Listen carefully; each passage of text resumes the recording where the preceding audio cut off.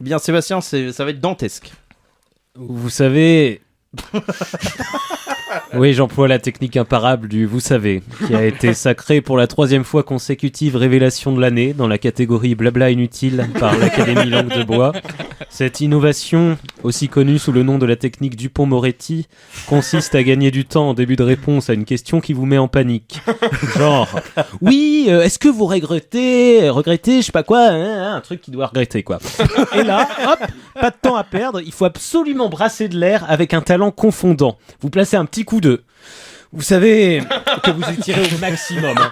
Vous savez, ni vu ni connu, ce qui n'a aucun sens, car en toute logique, si l'interlocuteur savait, vous auriez justement pas besoin de lui expliquer. Voilà, c'est absurde et en même temps, qu'est-ce que vous voulez faire dans un monde où il existe des académies langue de bois qui remettent sans se poser de questions 3 années de suite le suite de révélation, puisqu'apparemment chez eux ça se fait de révéler la même expression tous les ans, comme si on avait complètement oublié qu'on l'avait déjà révélé l'année d'avant. Heureusement qu'on fait pas ça aux victoires de la musique, parce que ce serait un coup à ce que Pierre Garnier soit encore la révélation masculine en 2084 et que tout le monde fasse semblant d'être émerveillé comme s'ils avaient zappé que il est pas du tout nouveau, et il y en aurait qu'un seul dans la salle, lucide, qui gueulerait mais découvrez quelqu'un d'autre, bon sang. Ouais, on va finir par savoir qu'il aimerait garder le meilleur de ce qu'on était, je sais pas quoi, mes couilles. Non, toute cette situation serait complètement con, et moi, les trucs complètement cons, je ne peux pas laisser passer ça. C'est pas dans mon ADN. Je rappelle à toute fin utile que mon rôle dans cette émission, au bout d'un moment, est d'être un rempart au déluge du grotesque. Et à ce titre, mes chroniques ne sont pas un foutoir au drôme de Master Chias. Au contraire, chacune d'entre elles rappelle que je n'aurais pas été sur cette terre pour rien, puisqu'elle contribue à élargir l'horizon intellectuel de tout à chacun. Bref, vous savez, quand on doit écrire une chronique chaque semaine, bah déjà c'est qu'on n'a pas grand chose d'autre à faire, et ensuite on finit par avoir en stock une liste d'idées de sujets. C'est ce qu'on appelle le pipe. Personne n'appelle ça comme ça, faut vraiment que j'arrête d'essayer de... Bon, eh bien, dans cette liste de sujets potentiels, j'avais noté la suivante. Écoutez bien, parce que... Les fourmis, c'est marathonienne de l'ombre. Une immersion sans concession, 24 heures dans la vie d'une fourmilière, où l'on suit en temps réel le trajet d'une fourmi qui va déployer des trésors d'ingéniosité pour chercher une miette et revenir.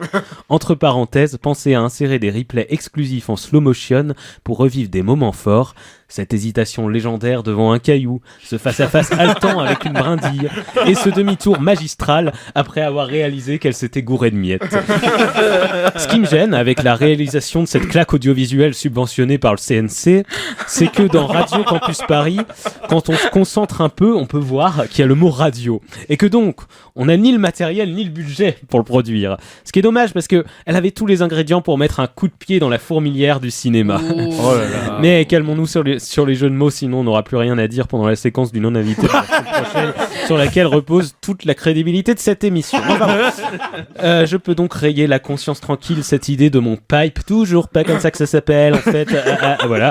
Donc hop, une chose de moins à faire, ça fait du bien d'avoir une boîte à idées complètement vide. C'est bon, c'est un énorme soulagement là. C'est comme si je me libérais d'un iceberg de préoccupation au lieu de me le prendre en pleine face et de couler dans l'océan du burn-out.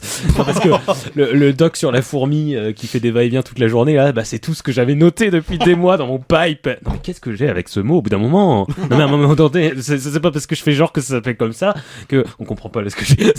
C'est pas parce que je fais genre que ça s'appelle comme ça que ça va soudainement s'appeler comme ça là. L'usage fait la langue, même si c'est pas moi, même si c'est que moi qui le dis. La fatigue se fait sentir. Bref, vous savez, ça me fait toujours une émotion à chaque fois de conclure l'émission parce que à chaque fois c'est un grand moment où le rideau tombe et tout le monde applaudit à tout rompre parce que on est là, on a appris un frata d'informations signifiantes. Un frat. J'ai lu avec la faute d'orthographe. Un fatra, voilà. On n'a pas juste fait du surplace en disant tout un tas de conneries et c'est ça qui est bien. Prenez le temps de vous rendre compte de la chance que vous avez d'écouter cette émission. C'est drôle. C'était ah ouais, dans la bravo, merci.